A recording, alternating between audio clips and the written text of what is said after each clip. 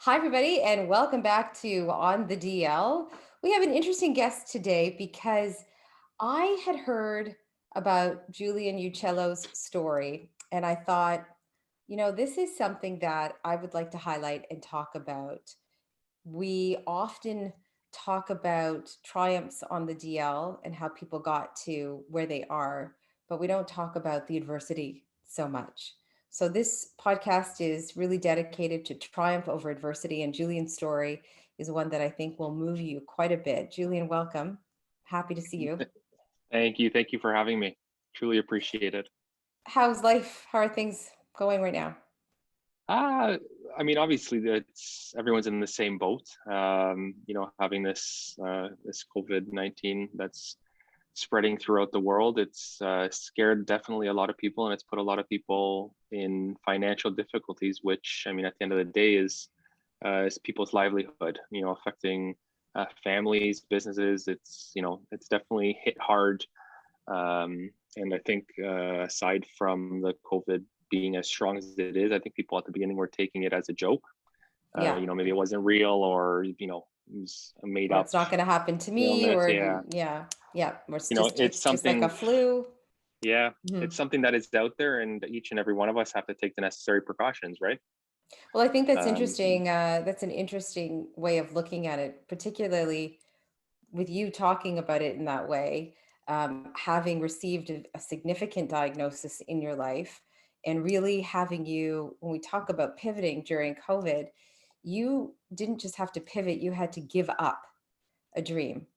yep. And, the idea of working really hard and having a dream, because we all have dreams. Everybody wants that thing.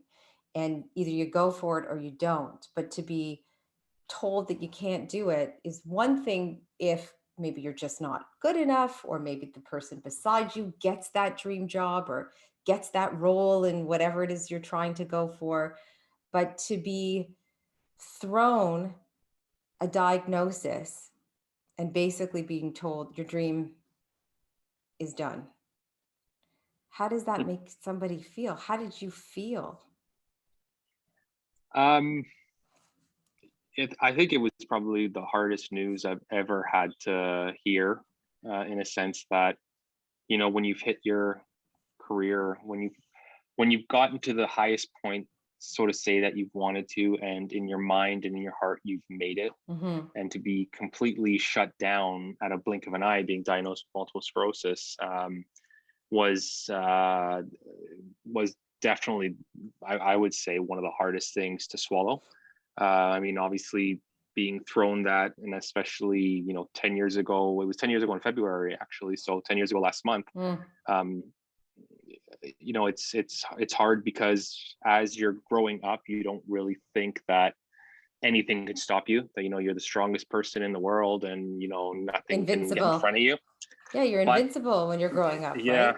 yeah, Hmm. you're invincible. And when it was told to me, it was obviously something that I didn't believe. I don't think I believed I had MS for a good 2 or 3 years. I just wouldn't believe it. I was, oh, the doctors made a mistake. Oh, it can't be. I'm an athlete. I've, my whole life trained hard. There's no way that, someone that's physically fit can be diagnosed with something like that. And it was something that, and, didn't matter how I turned it. And it progressed, and it is what it is. Let me ask you, let me just take you back for a sec for people who are listening and watching. So, you were a rising star athlete in this country, a soccer player. You were playing professional soccer. You had traveled. Um, your trajectory was you were going to make it. You were going to be it as a soccer player, and you get this diagnosis. But what led up to the diagnosis? Were you feeling ill? Did something particularly happen to you? What was it? Well, I actually, so the exact thing that happened was I fell asleep on the couch one night, and I woke up one morning. Literally, the next morning, I'd woken up and my whole right arm was completely numb. It was like a numbing and burning sensation, which at the beginning I thought, okay, maybe it's a pinched nerve, or who knows what it could be. And it just kept getting worse and worse and worse and worse until I actually took it onto myself, where I went to the hospital, and got MRIs, got spinal taps, got everything that needed to be done. Because How long was that process? How long? So you woke up on the I couch would and say then how about many two months later? weeks, Oh, 2 weeks. 2 weeks, really? Yeah, it was And quick.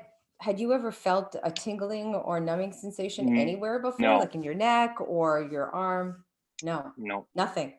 no, no. And I even when I was, because we had our whole medic team that we had with our teams, and it was, I mean, even for them, it was, it was an eye opener because, for them, they looked at it and they thought it was, a pinched nerve, or, you know, Hmm. it could have been whatever. They had nowhere in their minds that they think it would have been, something as big as this.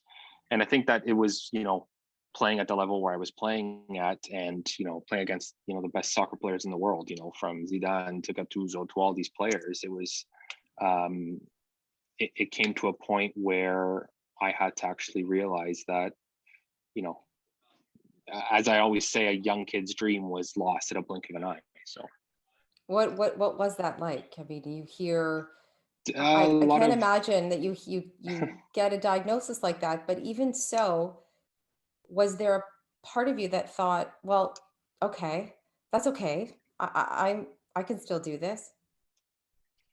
I thought that, but obviously you're in the professional world now, Hmm. so being diagnosed with that to a club, you're already a money lost type thing. So not being able to perform or not being able to play for 3, 4, 5, 6 months, the club's looking at it as a loss instead of as a gain. And And then what club? What club were you with? yeah, I was with FC Crotone in Italy. So right now they're in Serie A, so they're in the top division in Italy. Yeah, Wow. yeah. And I'd gone to the clubs, AC Milan. That's where I started off when I was younger. Was with AC Milan, Manchester United, and their doctors were amazed too that that it just out of the blue just came like that. So And yeah, then okay, so continue telling me about your journey because I'm so bewildered by people. People get diagnoses all the time of really yep, bad news, yep, um, and how you've really changed your life around this. So I want to know more about the journey. So you get a diagnosis. It's yeah. 2011. How old are you at this point? 2011, I was 20, so 86. I was 20, 25. Yeah, 25. Okay. I was Okay. So 25, fairly and young. yeah, I was in my peak of my career. So I was in the time where I was just a matter of keeping up with where I was. At the end of the day, I was at the highest level of any kid could have dreamed of, national level, international level, and basically all the cards were being played properly. But I do have to say, for a good 2 years, I would say depression really kicked in, because This that's was after all you were you're diagnosed. after I was Yeah. diagnosed. Yeah, because you're basically, your contract was cut. Like, my contract was cut the next morning. Like I had said, the club looks at it as a loss than a gain, Like right? So, literally, oh yeah, literally. literally, it was, do you want us to drive you to the airport, or are you gonna leave? Are you So serious? yeah, no, it was bad. It was bad, and it was an eye opener to how sports are. You perform, you're liked. You can't perform anymore, you just get out. Which I'm sure is the same in every sport, And I'm right? It's sure it's not the same just, now. I'm sure it oh hasn't yeah, changed. 100%. Um, so that must have been devastating. I mean, Yeah, absolutely devastating. I mean, you're in Italy and you're performing and you're playing and you're at your peak. And yeah, within 2 weeks, your whole world is shattered. done. Within 2 weeks, my whole world was shattered. I was engaged. I ended up canceling the wedding just because I wasn't mentally there. I was just, what, I was going through a really hard time, really hard, So for because you don't know people what to do who with yourself. Right. So for people who are listening to this and receive a diagnosis, maybe not as serious as MS, but something, um, but serious to them, right? I always say if it affects you, it's personal, it's your journey, it's your story, right? That's right. Um, That's right. Yep. they can relate to the idea of having a dream taken away from them. And Yep. And this idea in a snap, your life changes. And it wasn't an yep. accident, right? This is a Nope. genetic disposition, right? you had this. It was going to come out at some point in your life. Yep. And Yep.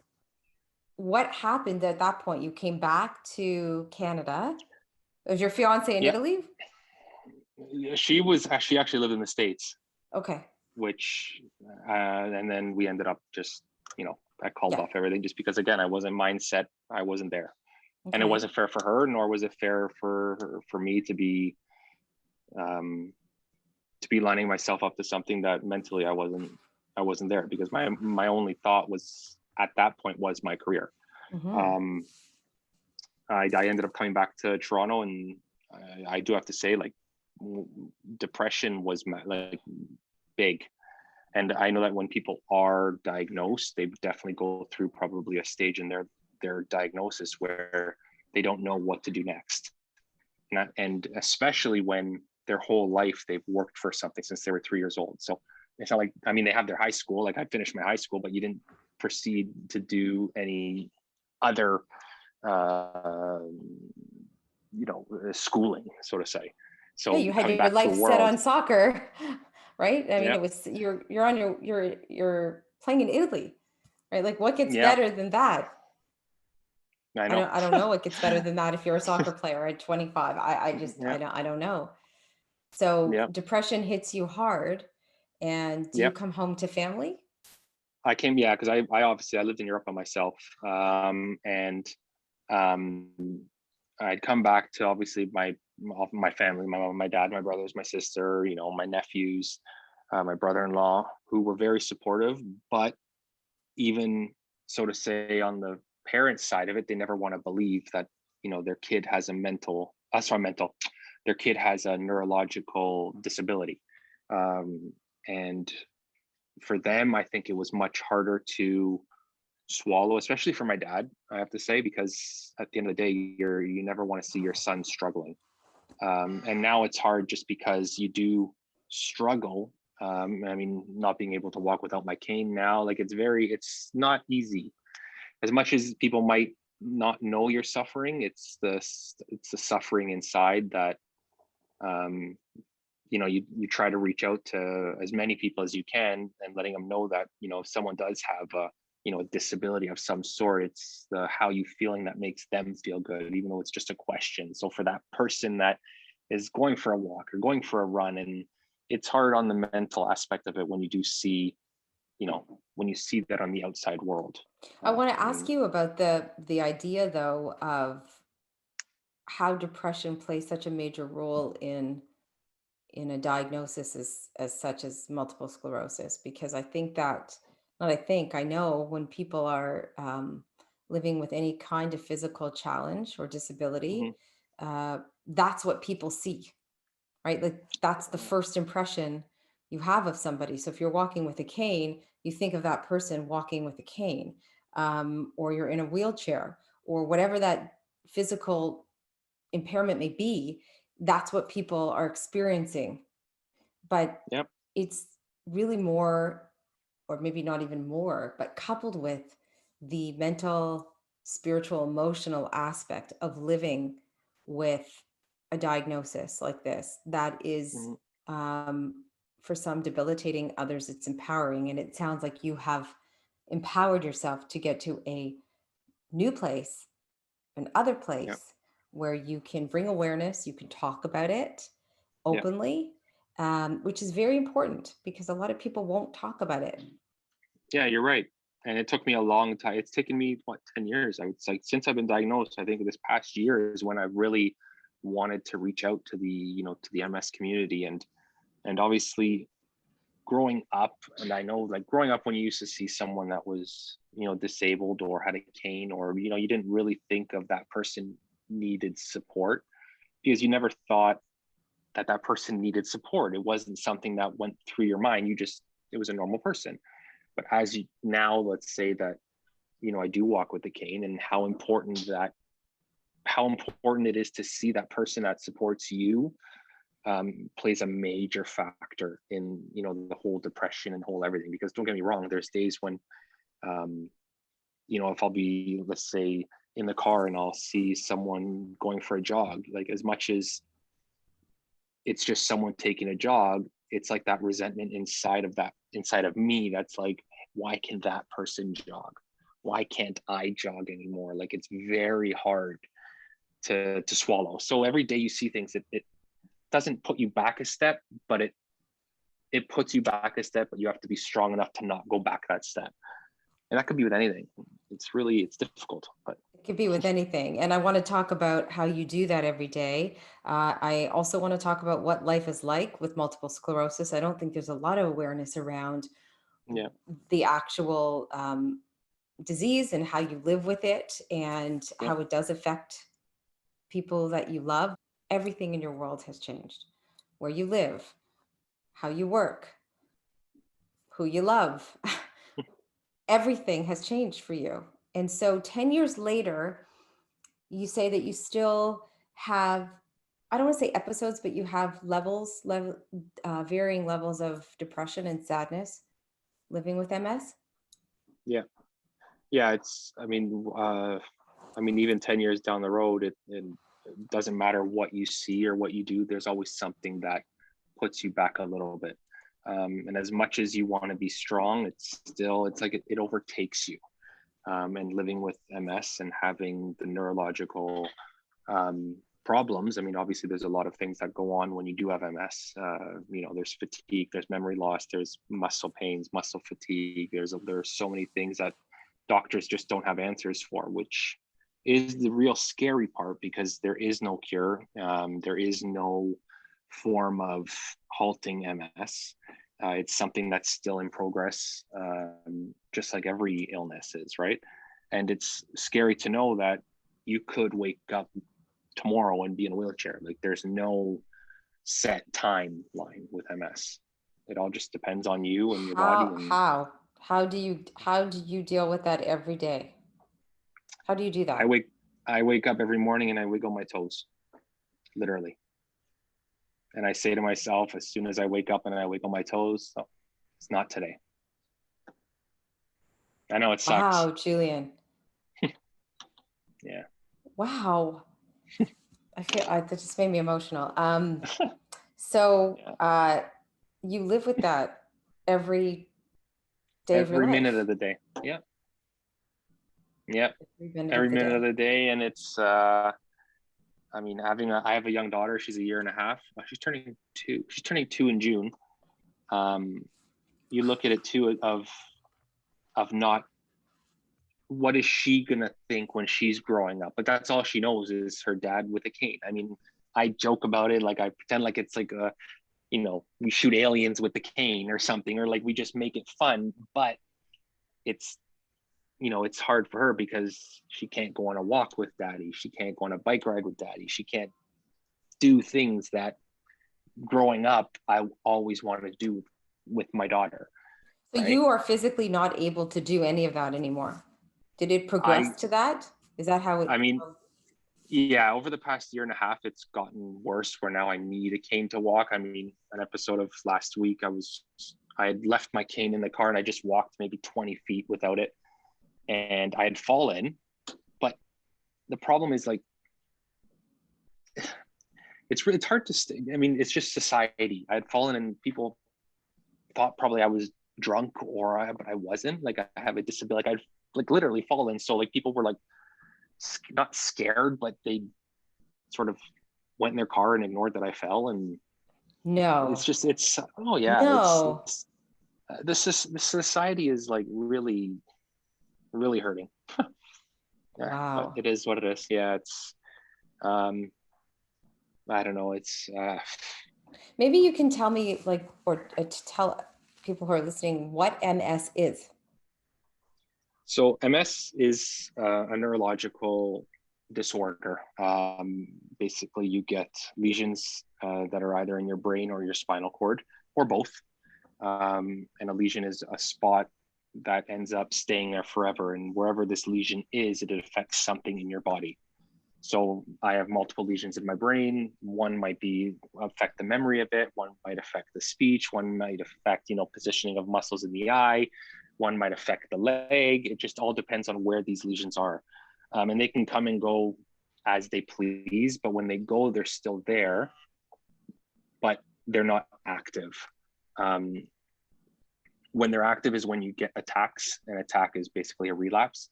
But when they're dormant, whatever damage it has done, it stays basically forever. So I probably have a lesion somewhere, whether it's in the spine or in the brain, that has affected my right leg. That makes me, it walks like it's a 2x4. Like I have no feeling in my right leg. So that will be there forever. It'll never get better. It might get worse. Who knows? It might go to my left side. Like there's so many questions when it comes down to multiple sclerosis. And you have one daughter. One daughter, married.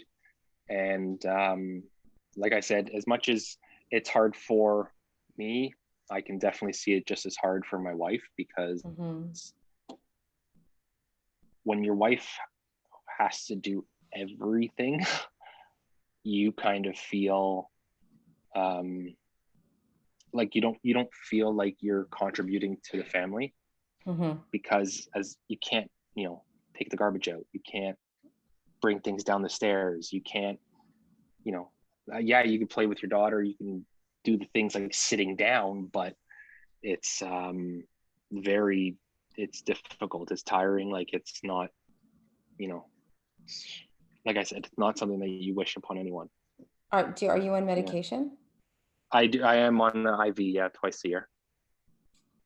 IV for what? That's the medication. It's an IV. It's a 6-hour IV. It's called Ocrevus. And it's basically an IV that you take once every 6 months, and it hopefully stops future progression. Doesn't get better. Are you in pain? When I'm walking, yeah. Like if pain is a big. I would say always in discomfort, 24 hours a day. Yeah. Where are you in discomfort? And as much as you try to hide it, everywhere. Fatigue, you just feel it everywhere. Everywhere. Yeah. You just feel like you're deteriorating slowly. So, how have you triumphed? Because I know that you have a different career now, and I mean, you have a family, and you're obviously functioning well enough to talk about it. I mean, functioning when I say emotionally, to talk about it, to bring awareness to people living with disabilities.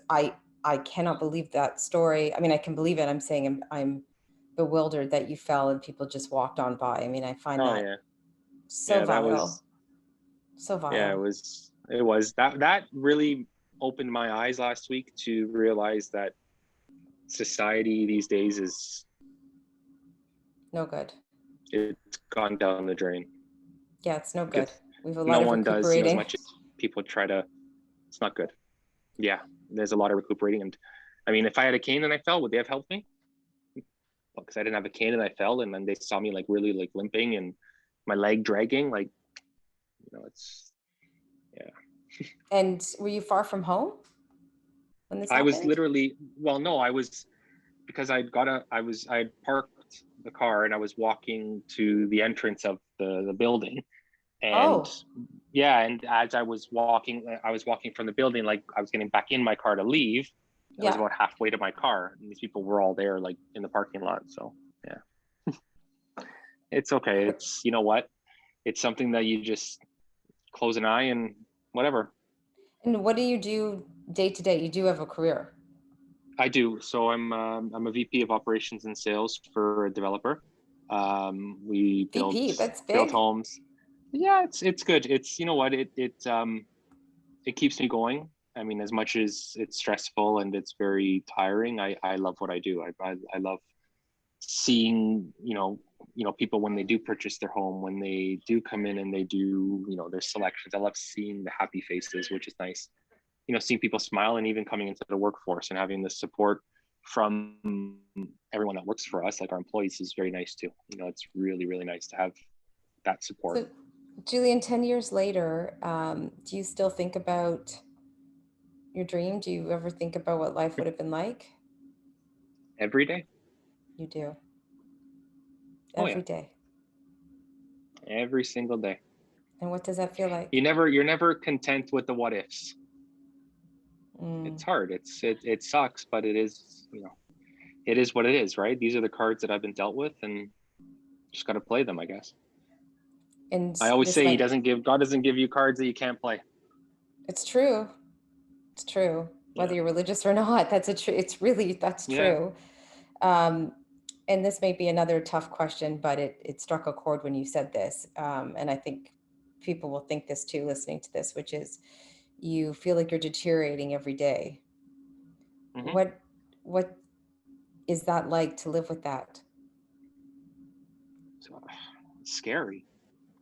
It's scary that I might wake up tomorrow and be in a wheelchair. It's scary that I might not be able to see my daughter get married. Like it's not, it's very, it's tough. That's why, like, when you hear about, like, let's say, I'm just saying, a family member diagnosed with cancer, and it's like, oh, you have 5 months of, like, how is that even possible? Like, Hmm. I'm thinking, like, okay, like 20, 30 years. But like when people are given a diagnosis of a severe diagnosis where it's like, how do you, how does your mind even, how's your mind Go even able there. to cope with that? Yeah. Yeah, it's mind-boggling. It's absolutely mind-boggling. But it's mind-boggling to hear, for me, to hear you say that you wake up in the morning and the first thing you do is wiggle your toes because you're not sure if you're gonna be able to do that ever again. Yeah. Like that's mind-boggling to me too. And I know we all take our health for granted. We take it for granted. And this Yeah. is a huge reminder not to do that. And so, if you could offer any pearls of wisdom, what would you say to people about their Um, well, about their health, I would say life is so precious. There are so many things that you're given throughout a lifetime that you should wanna experience that, and not have to experience it with a disability, whether it's a disability or it's an illness or um, it could be whatever the mind says it is. There's so many good things out there that there's only one thing, and that's, in my opinion, is hope. And it's just hoping that everyone takes their health and takes their job, their family, as a pro and never as a con. I mean, if someone's unhappy or depressed, there's always a better day, which is tomorrow. It's never look back at yesterday as hard it is as hard as it is, because I would be a hypocrite if I said it's not hard. It's very hard. People just need to look at themselves in a mirror every day and be happy with what they see, because that's the only thing that matters in life, is what they think, what no one else does, because at the end of the day, everyone else is just a blur in their life. If they're happy and they're able to make themselves content, that's all that should matter to them.